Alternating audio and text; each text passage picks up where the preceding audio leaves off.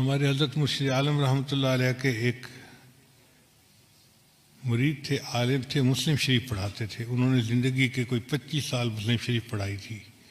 ایک دن وہ کہنے لگے کہ حضرت میں آپ کو ایک عجیب واقعہ سناؤں. ان کو ضرور سنائیں. کہنے لگے کہ دارالعلوم دیوبند میں سعودی عرب سے ایک جماعت آئی علماء کی، 3 یا 4 بندے تھے، اور انہوں نے آ کے محتمم صاحب کو کہا کہ ہم ایک علمی مسئلہ ڈسکس کرنے کے لیے آپ کے پاس آئے ہیں. محتمم صاحب نے پوچھا کون سا مسئلہ؟ وہ کہنے لگے اس لیے کہ ہم سے پہلے سعودی عرب کے اوپر ترکوں کا قبضہ تھا، اور ترکوں نے قبروں کے اوپر بڑے گنبد بنائے ہوئے تھے اور کمرے بنائے ہوئے تھے اور عمارتیں بنائی ہوئی تھیں. تو ہم نے حدیث مبارکہ پڑھی جس سے ثابت ہوتا ہے کہ بناء علی القبور کی اجازت نہیں ہے. یعنی قبر کے اوپر آپ عمارت نہیں بنا سکتے. اس لیے سنت عمل یہی ہے کہ قبر کھلے آسمان کے نیچے ہو، اس کے اوپر کوئی کمرہ، کوئی کبہ ایسا نہیں بنانی چاہیے. تو جنت بقیع میں جتنے کبے بنے ہوئے تھے ہم نے سب گرا دیے.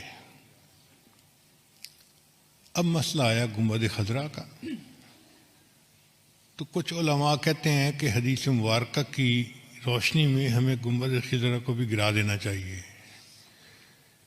تو ہم نے جو بادشاہ ہے اس کو اپنی ریکمنڈیشن دیں. بادشاہ نے کہا کہ نہیں، یہ امت مسلمہ کا مسئلہ ہے، پہلے تم مختلف ملکوں میں جا کے علماء کو اپنے کانفیڈنس میں لو، اگر سب متفق ہیں تب قدم اٹھائیں گے، ورنہ نہیں اٹھاتے. تو ہم علماء کی جماعت آپ سے بحث کرنے کے لیے آئے ہیں کہ کیا یہ حدیث مبارکہ صحیح ہے، اور اگر صحیح ہے تو اس پر عمل کرنا پڑے گا. محتمم صاحب نے کہا کہ جی مجھے آپ 3 دن کا وقت دیں، میں سب علماء کو اطلاع دوں تاکہ وہ یہاں آ جائیں، اور پھر ہم اس بارے میں اپنا موقف آپ کے سامنے ظاہر کریں. ان کا ٹھیک ہے، ہم 3 دن دارالعلوم میں مہمان بن کے رہتے ہیں. محتمم صاحب نے بڑے بڑے علماء کو دعوت دے کے بلا لیا. وہ فرماتے ہیں کہ دارالعلوم دیوبند میں وہ دیکھنے والا وقت تھا.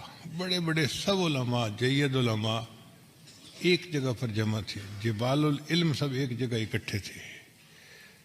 اور جو آخری رات تھی وہ تو پوری رات ہی علماء اس مسئلے پر آپس میں ڈسکس کرتے رہے، کتابیں پڑھتے رہے، اور کچھ لوگ روتے رہے، دعائیں مانگتے رہے کہ یا اللہ بہت نازک مسئلہ ہے، ہم سے اس کے کرنے میں کوئی کمی نہ رہ جائے، کوتاہی نہ ہو جائے. اگلا دن ہوا، عصر کی نماز کے بعد مجمع بیٹھا تھا. تو محتمم صاحب نے ان علماء کو کہا کہ جی آپ سب علماء کے سامنے اپنا موقف پیش کریں، پھر جواب ہم دیں گے. تو ان کے جو امیر تھے وہ کھڑے ہوئے اور انہوں نے بیان کیا کہ بخاری شریف کی یہ حدیث ہے، اور اس سے ثابت ہوتا ہے کہ بناء علی القبور کی اجازت نہیں ہے. تو ہم نے جنت بقیع کے اندر تو قبروں پر جتنی عمارتیں تھیں سب گرا دیں. اب مسئلہ ہے گنبد خضرا کا. تو ہم آپ لوگوں سے یہ پوچھنے آئے ہیں کہ بتائیں کیا اس حدیث کے اوپر آپ کو کوئی اعتراض ہے، کوئی جرح ہے کسی راوی کے اوپر، یا کوئی کمی کسی طرح کی بھی ہو، کوئی شغم ہو تو بتائیں. تو جب انہوں نے پوچھا تو تھوڑی دیر کے لیے سارا مجمع خاموش. کہیں کہیں سسکیوں کی آواز آتی. علماء کی آنکھوں سے آنسو جاری تھے اور وہ رو رہے تھے کہ اللہ ہم سے جواب دینے میں کوئی کوتاہی نہ ہو جائے، اور کوئی جرات نہیں کر رہا تھا اس کے جواب دینے کی. اتنے میں حضرت اقدس تھانوی رحمۃ اللہ علیہ کھڑے ہوئے اور حضرت نے فرمایا کھڑے ہو کر، الحمدللہ اللہ نے اس مسئلے میں مجھے شرح صدر عطا فرما دی ہے. تو اس نے پوچھا کہ شرح صدر سے کیا مراد ہے؟ حضرت نے فرمایا کہ شرح صدر یہ کہ یہ حدیث بالکل صحیح ہے، اس کے کسی راوی کے اوپر کوئی اعتراض نہیں ہے، کوئی جرح نہیں ہے، اور ہر لحاظ سے یہ حدیث صحیح بھی ہے سند متصل کے ساتھ، اور صحیح مضبوط ہے مضمون اس کا۔ تو جو ان کے امیر تھے وہ کہنے لگے کہ اس کا مطلب یہ ہوا کہ اگر یہ حدیث صحیح ہے تو پھر تو نص ہو گئی، اس کے اوپر عمل کرنا ہمارے لیے ضروری ہو گیا، تو کیا ہم گنبد خضرا گرا سکتے ہیں؟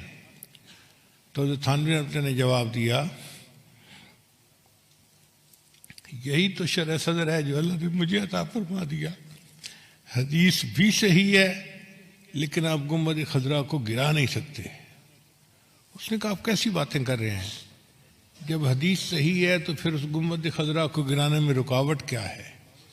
حضرت نے فرمایا اس کی وجہ یہ کہ حدیث پاک کے مطابق بنا علی القبور کی اجازت نہیں ہے، کہ قبر کے اوپر کوئی عمارت، کوئی کمرہ، کوئی جبہ کبہ بنانے کی اجازت نہیں ہے۔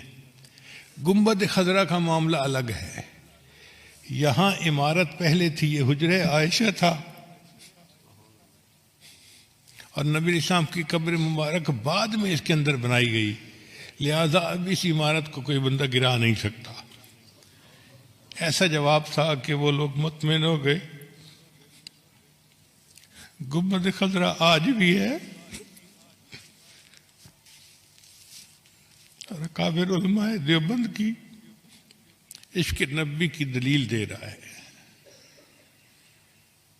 اللہ علم کی گہرائی عطا فرما دیتے ہیں تو بندہ پھر علم کی تہ تک پہنچ جاتا ہے۔